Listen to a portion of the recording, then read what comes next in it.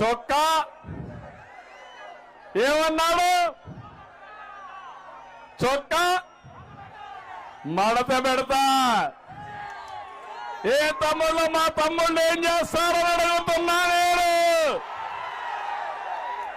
ఏం చేస్తారు? ఏం చేస్తారు?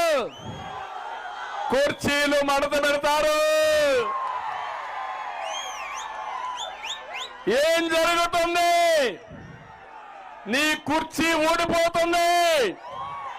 అవునా కాదా? రాజకీయాలు ఎప్పుడన్నా చూశారా అమ్మా మీరు ఈ విషయాలు? ఒక ముఖ్యమంత్రి చొక్కా మడత పెట్టి కొడతావా? వాలంటీర్లు కొట్టబెడతావా? ఒకటే చెప్తున్నా, మా వాళ్ళందరూ ఇస్త్రీ పెట్టు తీసుకొని నీ చొక్కా మీద పెట్టి నీకు వాతలు పెడతారు తొందరలోనే. పెడతారా లేదా? పెడతామంటే గట్టిగా చెప్పండి పెడతామని. అంటే పులివెందల పంచాయతీ చేస్తావు రాష్ట్రాన్ని?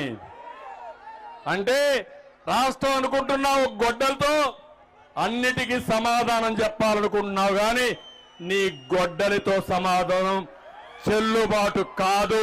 ఇది ఆంధ్రప్రదేశ్ రాష్ట్రం, తెలుగువారి పౌరుషం. అవునా కాదా అని మనం అడుగుతున్నా. అందుకే నేను ఎప్పుడు కూడా దుర్మార్గుల గుండెల్లో నిద్రపోయాను, కానీ మంచి వాళ్ళ గుండెల్లో ఎప్పుడు నిద్రపోలా. నేను అనుకుంటే బయట వచ్చేవాడా ఈ జగన్మోహన్ రెడ్డి? ఒక్క అడుగు పాదయాత్ర వేసేవాడా అని మిమ్మల్ని అడుగుతున్నా. అది నా మర్యాద. తీవ్రవాదుల పైన పోరాడిన పార్టీ, ముఠా నాయకుల పైన పోరాడిన పార్టీ, మత విద్వేష శక్తుల పైన రాజీ లేని పోరాటం చేసిన పార్టీ, రౌడీల్ని రాష్ట్రంలో లేకుండా చేసిన పార్టీ. నాకు ఈ రాజకీయ రౌడీలు ఒక లెక్క తమ్ముళ్ళు. అదే చెప్తున్నా, కబద్దార్ జాగ్రత్తగా ఉండండి. రాజకీయాల ముసుగులో రౌడీజం చేయాలంటే, రాజకీయ ముసుగులో పోలీసులు ఉపయోగించుకోవాలంటే మీ ఆటలు సాగనీయం. రోజులు దగ్గర పడ్డాయి. ఈ రోజు హెచ్చరిస్తున్నా, వాలంటీర్స్ కూడా అపీల్ చేస్తున్నా, వాలంటీర్ వ్యవస్థకు నేను వ్యతిరేకం కాదు. మీరు ప్రజలకు సేవ చేయండి, మేము కూడా మిమ్మల్ని అభినందిస్తాం. కానీ జగన్మోహన్ రెడ్డికి సేవ చేస్తే, వైసీపీ సేవలో కానీ మీరు పనిచేస్తే అదే మీకు చివరి రోజులు మిమ్మల్ని కూడా ఎవ్వరూ ఉండరు.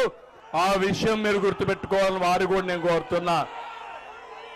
జగన్మోహన్ రెడ్డి ప్రవర్తన తప్పుడు ప్రవర్తన. చంద్రబాబు వాగ్దానాలన్నీ మోసాలేనని, ఏనాడు అమలు చేయలేదన్న నిజాన్ని ఇంటింటికి వెళ్ళి కూడా, ఇక్కడున్న ప్రతి కార్యకర్త ఇంటింటికి వెళ్ళి కూడా చెప్పాలి. చంద్రబాబు నాయుడు గారిని, ఆయన అబద్ధాల్ని నమ్మకండి అని ప్రతి ఇంటికి వెళ్ళి చెప్పాలి. బాబు వంచల్ని, బాబు మోసాలని భరించలేక కదా, చంద్రబాబు నాయుడు గారి మోసాలని, చంద్రబాబు నాయుడు గారి వంచల్ని భరించలేకే కదా 5 ఏళ్ల క్రితం రాష్ట్రంలోని అన్ని సామాజిక వర్గాలు, రాష్ట్రంలోని అన్ని ప్రాంతాల వారు, మొత్తం ప్రజలందరూ కూడా చొక్కా మడతేసి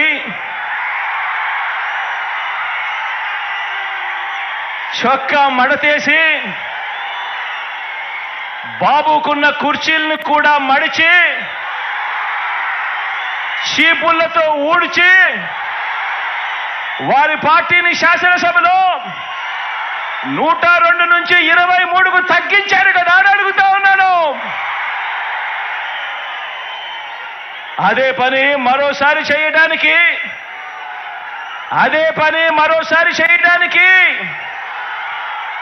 చొక్కాలు మడత వేయడానికి సిద్ధంగా ఉన్నారా?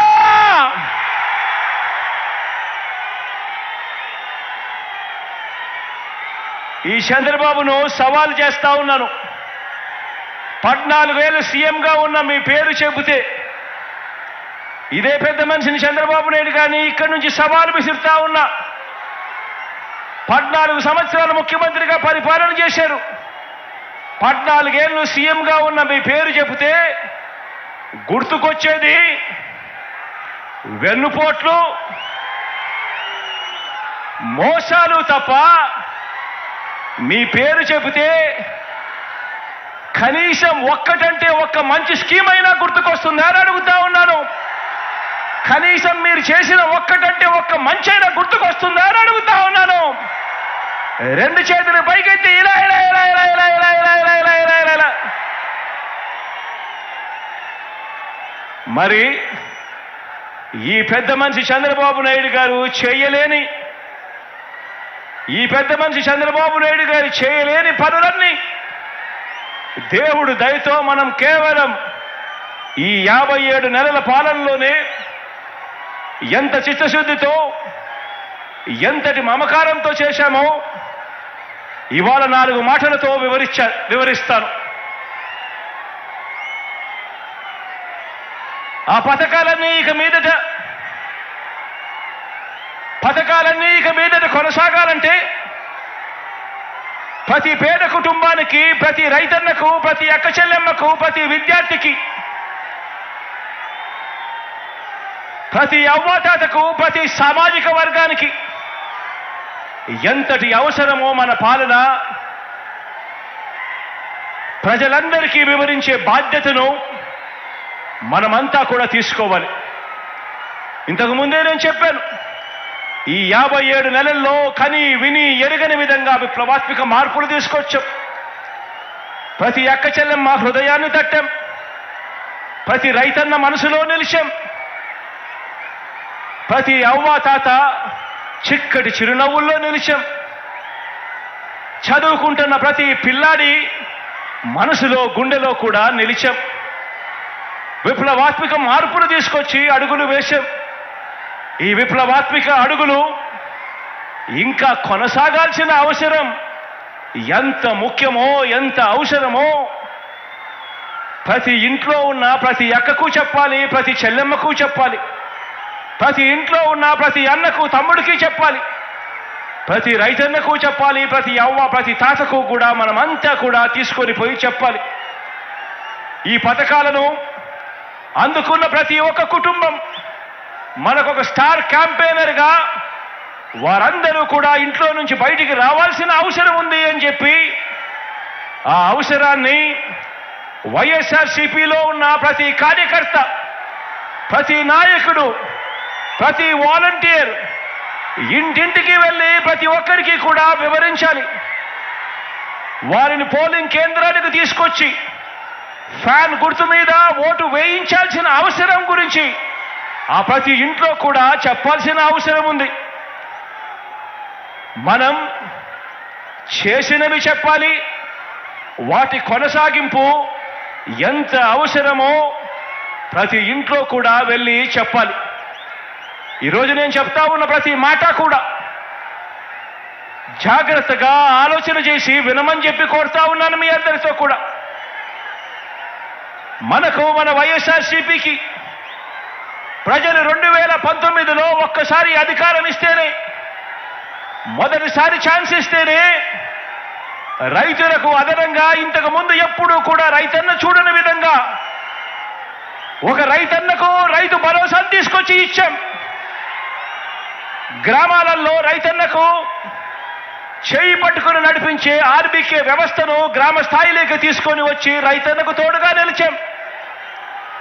పగటి పూటే రైతన్నకు 9 గంటల పాటు ఉచిత విద్యుత్ ఆ రైతన్నకు తన గ్రామంలోనే అందుబాటులోకి తీసుకొచ్చాం. మొట్టమొదటిసారిగా ఏ సీజన్లో నష్టం జరిగితే ఆ సీజన్ ముగిసేలోగానే రైతన్నకు ఇన్పుట్ సబ్సిడీ ఇవ్వటం మొదలెట్టింది మీ బిడ్డ ప్రభుత్వం వచ్చిన తర్వాతనే.